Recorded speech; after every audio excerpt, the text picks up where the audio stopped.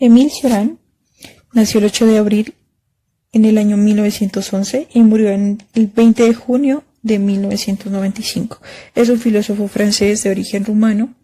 Se dice que su pensamiento es extremadamente pesimista y nihilista, lo cual él rechaza porque no se considera ninguno de esos aspectos. Nació en el campo, rodeado de montañas, al lado de los montes Cárpatos. Se dice que su casa estaba construida al lado de un cementerio, cuyo exponente es muy crucial para sus escritos. ¿A qué me refiero? A la muerte. Viaja a Francia.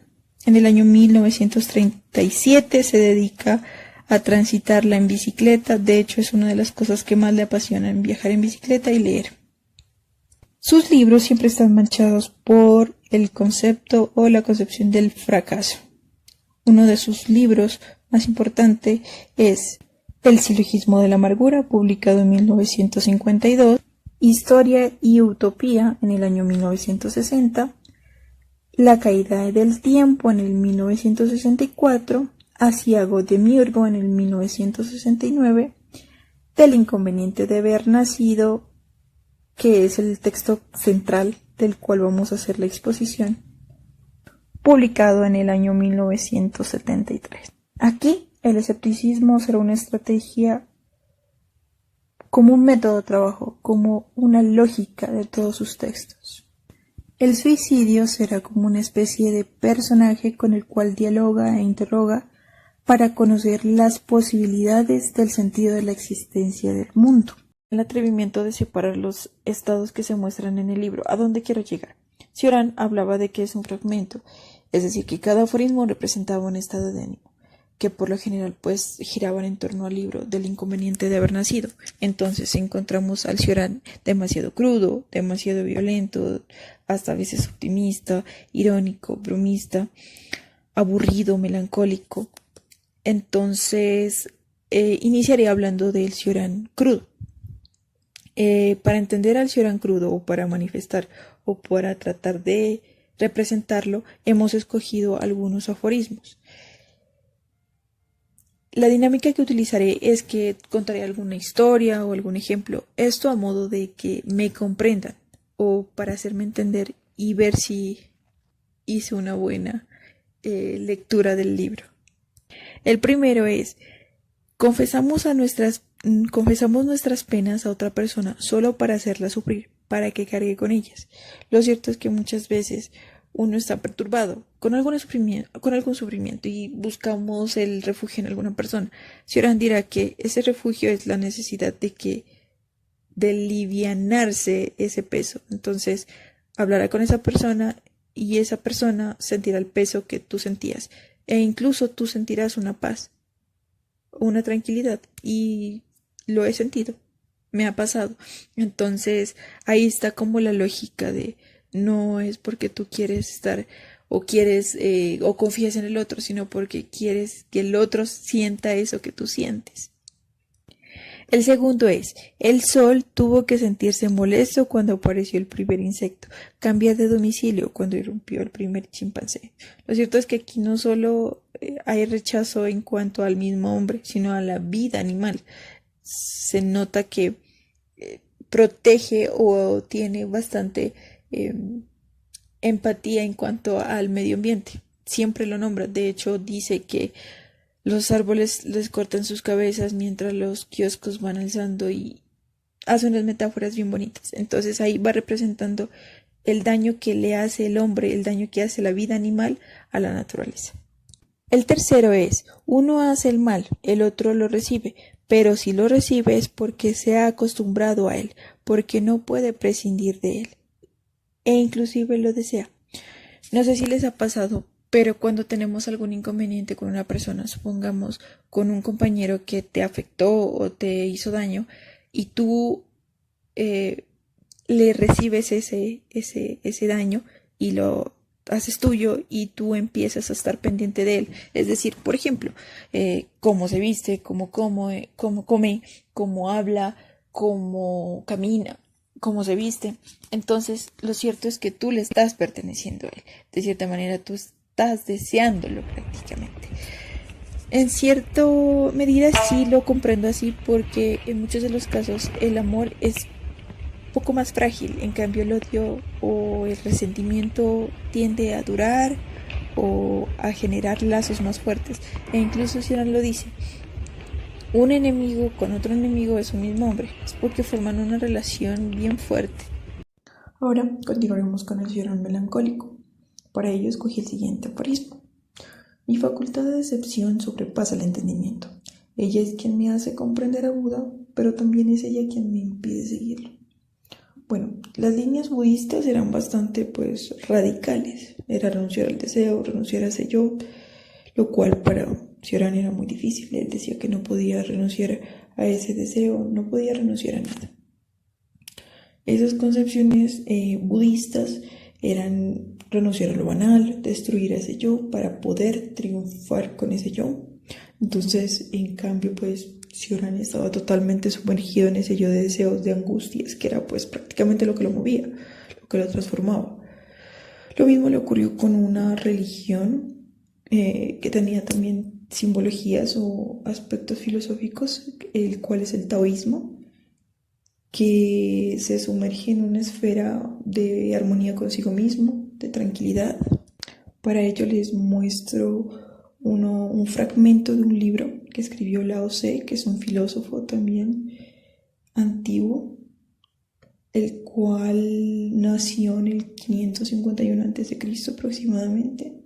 Entonces, si ustedes se dan cuenta al leer el pequeño fragmento, es una total diferencia conforme a Cioran. Cioran es totalmente angustia, no es nada calma. Entonces él decía, ese aspecto de imitar al agua, de surgir con calma, yo no lo poseía, decía Cioran.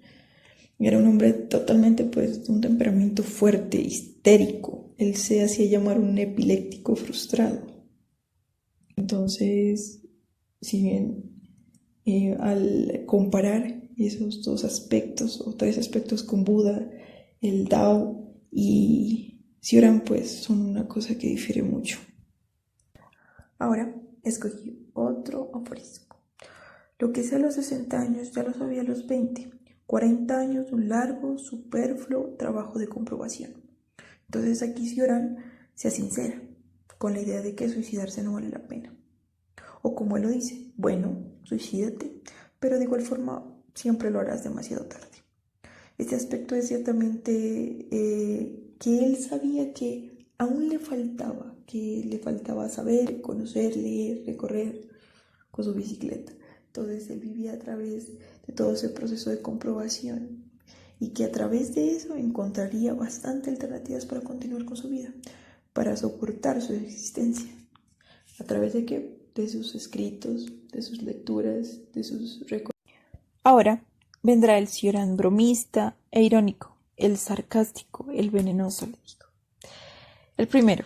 Algunos tienen desgracia, otros obsesiones. ¿Quiénes son más dignos de lástima?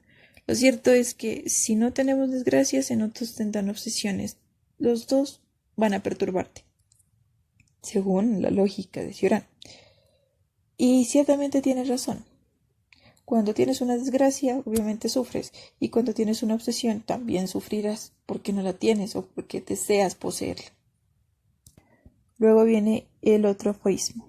En ese instante preciso, ningún reproche que venga de los hombres o de los dioses podría afectarme. Tengo la conciencia tan tranquila como si nunca hubiese existido. En la última parte, cuando dice tengo la conciencia tan tranquila como si nunca hubiese existido, es el ejemplo de que en esa no existencia no se puede cometer, ni tampoco habrá perturbación, ni tampoco tendremos inconvenientes.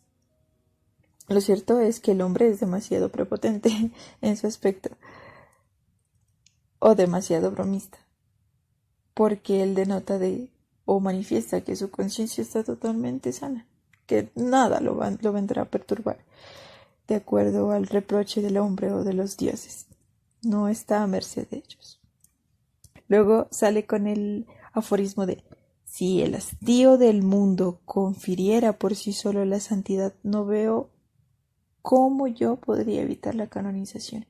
Entonces lo cierto es que el hombre está sumergido en un hastío total. Es como cuando dicen que si pagaran por dormir yo sería billonario. Entonces ese aspecto da claro, dormir, hastío. O sea, el hastío está más que pronunciado en el hombre, es algo que convive con él, con el que come, duerme, sueña, habla, dialoga. Luego viene el otro aforismo. El paraíso no era como un lugar soportable, de lo contrario el primer hombre se hubiera adaptado a él. Este mundo tampoco lo es, ya que él añora el paraíso, o se da otro por seguro. ¿Qué hacer? ¿Dónde ir? No hagamos nada, no vayamos a ningún sitio. Así, sin más. Lo cierto es que así es. Cuando poseemos algo queremos otra cosa y cuando ya la tenemos queremos otra cosa. Es ciertamente lo irónico que es el hombre en cuanto posee y en cuanto desea y se obsesiona con algo. Luego continúa con el aforismo, no es humilde aquel que se odia. Si no nos aceptamos de acuerdo a cómo venimos, si somos feitos, si somos patojitos, si somos esto, es porque el hecho de rechazarnos es porque estamos manifestando una necesidad de poseer algo, es decir, no somos humildes con lo que nosotros poseemos. Entonces esta es una parte muy fundamental.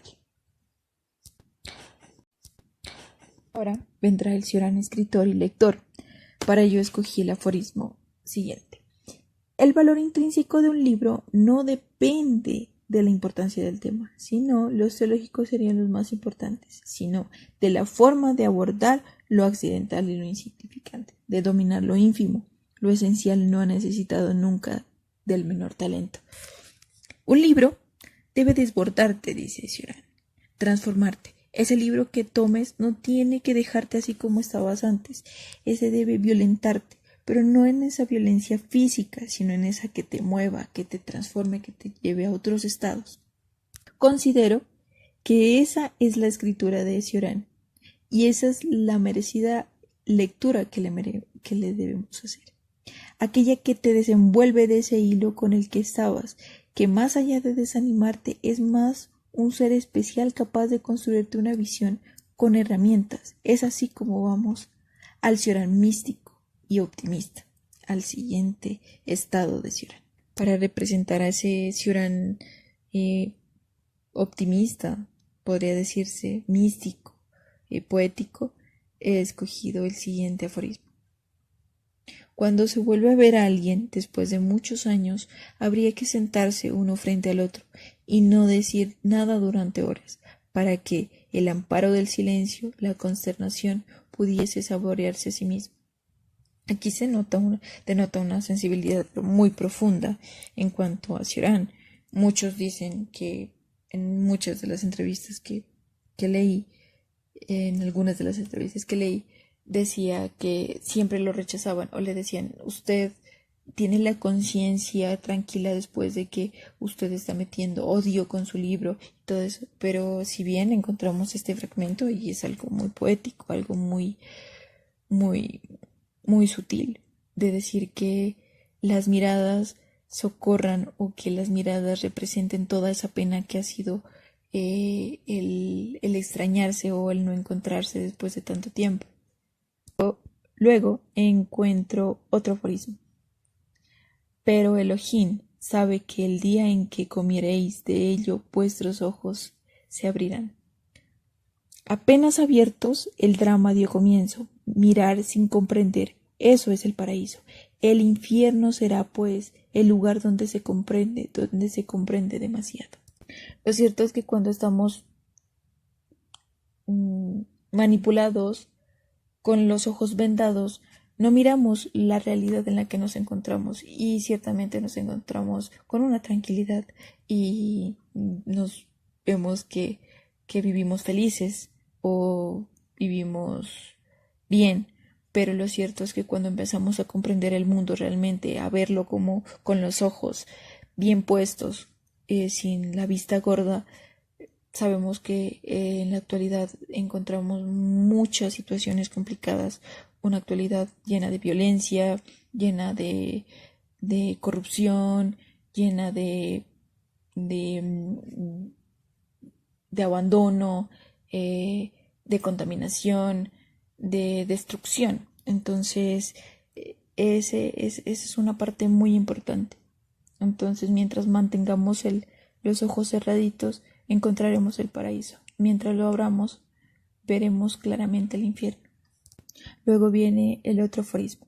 La única forma de soportar revés tras revés es amando la idea misma de revés. Si se logra, no hay más sorpresa. Se es superior a todo lo que ocurre. Se es una víctima invencible. Una de las cosas que disfruté al leer a Cioran fue las anécdotas o las historias con las que sostenía el concepto o la idea que iba a plantear, como aforismos. Vuelvo y recalco, y me baso en una entrevista en donde él cuenta una anécdota, ¿no? En donde dice que una mujer totalmente desconocida le escribió una carta diciéndole que le quería conocer. Él la rechazó. Luego ella volvió a insistir y él la recibió. Y ese día duraron como 4 horas. Según se entendía, ella no le había contado nunca a nadie lo que le contó a Cioran. Pero ese no era el misterio. El misterio venía a ser cuando dijo que el libro del inconveniente de haber nacido le enseñó y la salvó del sufrimiento en donde ella se encontraba.